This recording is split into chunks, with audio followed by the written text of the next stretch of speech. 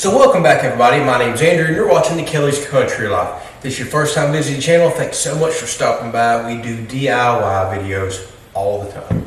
So this is it. This is the start of the big episode slash series of truly finishing out our home. We have put off finishing out the loft slash my office for quite a while because, well, we've had other things that we wanted to be more of a priority.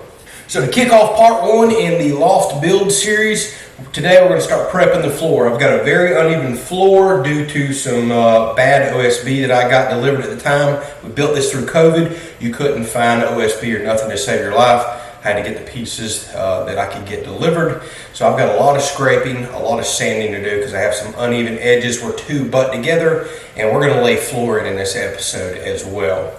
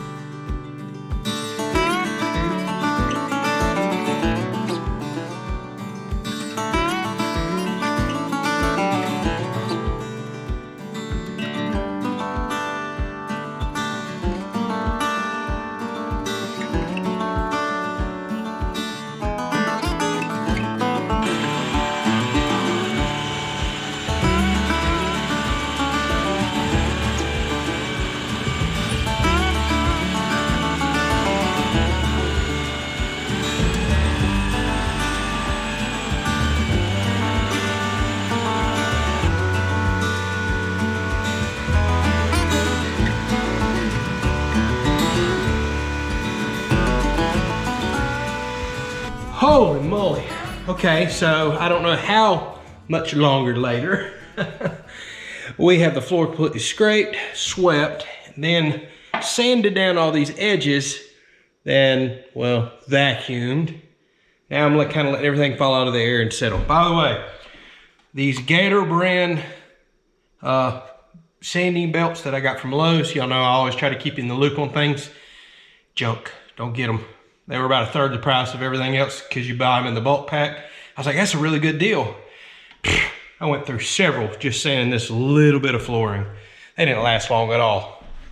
All right, so what I had to do, all this sanding that you're seeing right here, this particular board had all the edges flared up. I don't know if it wound up getting some moisture on it at some point or what. You can see how bad it looks, but like I was telling y'all, I got this board last year during COVID when you couldn't find OSB to save your life, and Lowe's was the only place that was willing to deliver me a few sheets, and this is some of what I got. And it was either take it or leave it, and just don't have any OSB. So I took it, and I knew I was gonna have to wind up doing this. So I've been feathering this down for quite a while, working all the way up to really here. What you can't tell is I'm sanded to here, but the edges were really flared up. So I've been knocking them down with a belt sander. And I've got everything that's within spec of what the booklet says for my flooring. They allow some very slight differences. Now, I know some of y'all suggested, hey, go rent one of them big push behind floor sanders. Well, the problem is it's an hour-and-a-half round trip for me to go to a Home Depot or somewhere to rent one of those. They're extremely heavy. I don't have a clue how I would have got it up here, especially being working by myself. Then you have to try to make another hour-and-a-half trip back to carry it back, plus all the rental fees. I mean, before you know it, you've tied up a pile of money and several hours of driving and all that time to run it for a few minutes up here. So the belt sander just made a whole lot more sense. Okay, so before we just start slapping the floor down, I like to measure things out, make sure the room is nice and square.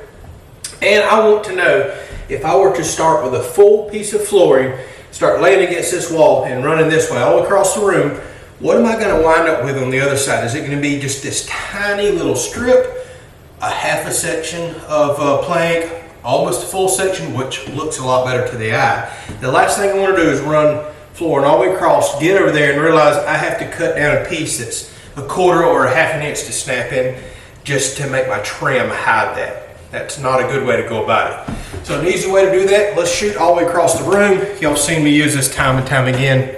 One of my favorite tools. If y'all were looking for a stocking stuffer or a little Christmas gift, these things are cheap. It's a laser tape measure. I use this thing all the time. So you can see it shoots this laser. See it right here on the wall. And anywhere I stand from the back side of this device to where the laser hits, it gives me a measurement all the way down to about a 1/16 of an inch. It's quite accurate.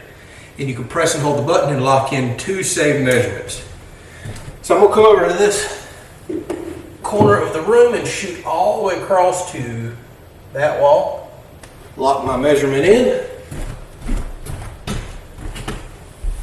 Come over here and shoot all the way across to that wall.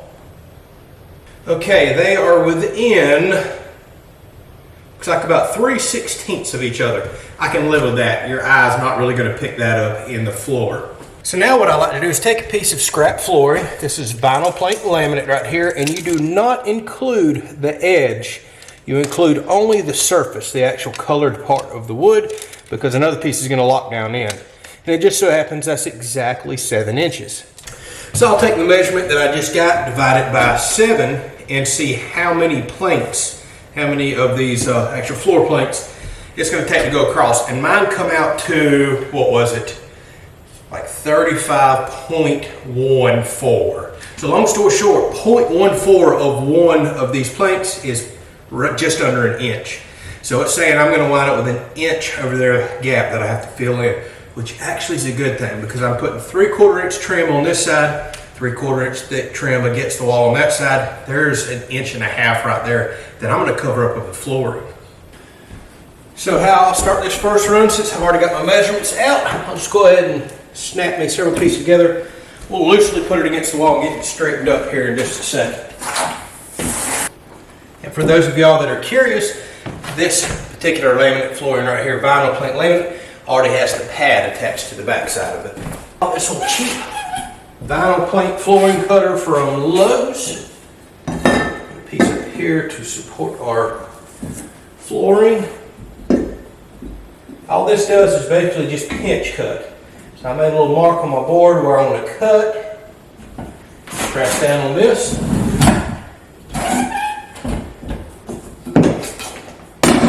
And just that easy, you've made a cut. Those flooring cutters are absolutely worth the money. They're not expensive. They work so well.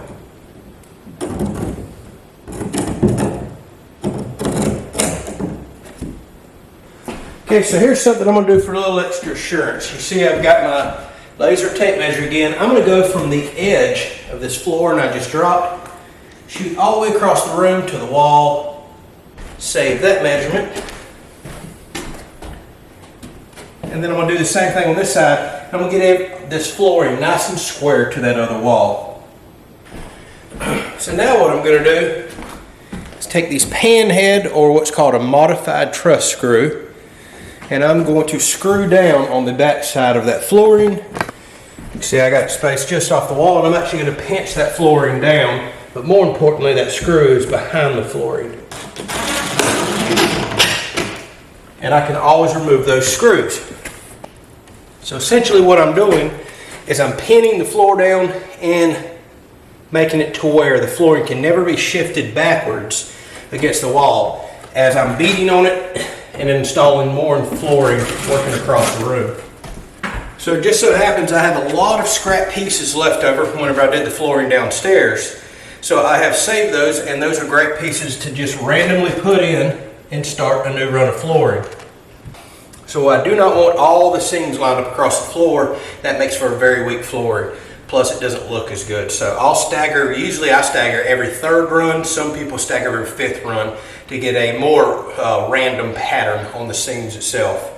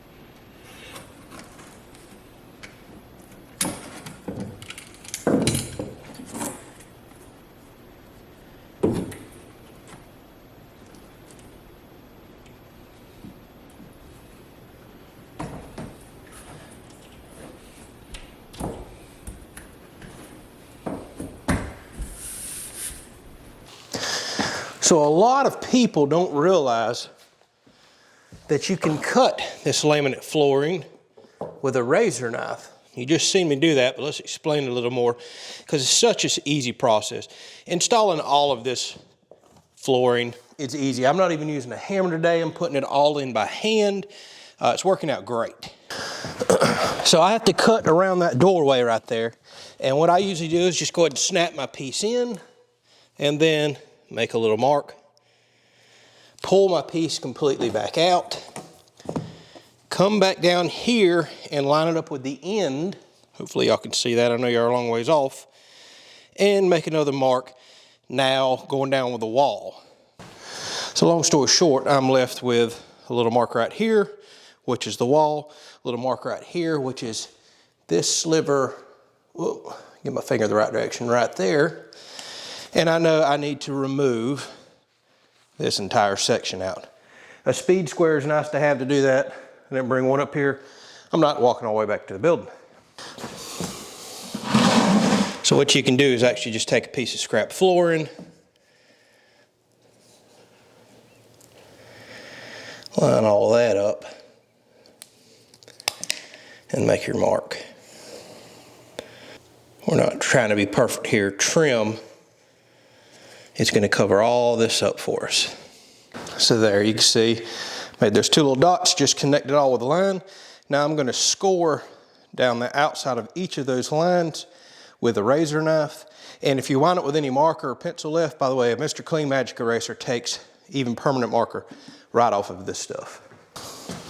Now I'll go ahead and caution you, cutting this stuff with a razor knife, it does break a lot of the tips, and you do want a relatively fresh and sharp razor blade, so be prepared to change those out quite often. And I find just running 2 score lines is usually enough. Now what you can do is push from the back side, snap that forward. Let me show you up here. Well, it just snapped on me picking it up, but you just put your thumbs on the back side, push forward. You'll see that that opens up. Do it the same way on this side. Find that line, back, push forward. And see, I didn't even have to cut the back side. That just snapped right out. And then you can do a little bit of trimming for stuff like that with your razor knife. Very easy to work with this stuff.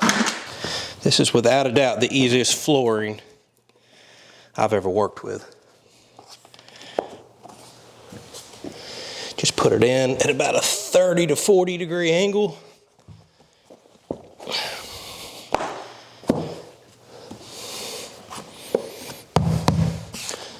Couple hits with the fist to make sure you don't see any gaps in your seam. And this stuff is in place, ready to go. Keep right on moving. Such an easy process.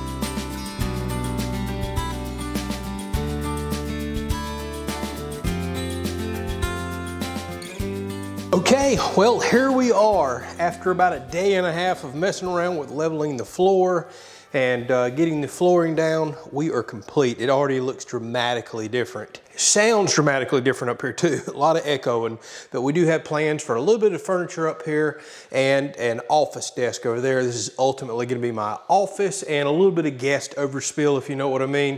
We may put a little bed or something up here for that.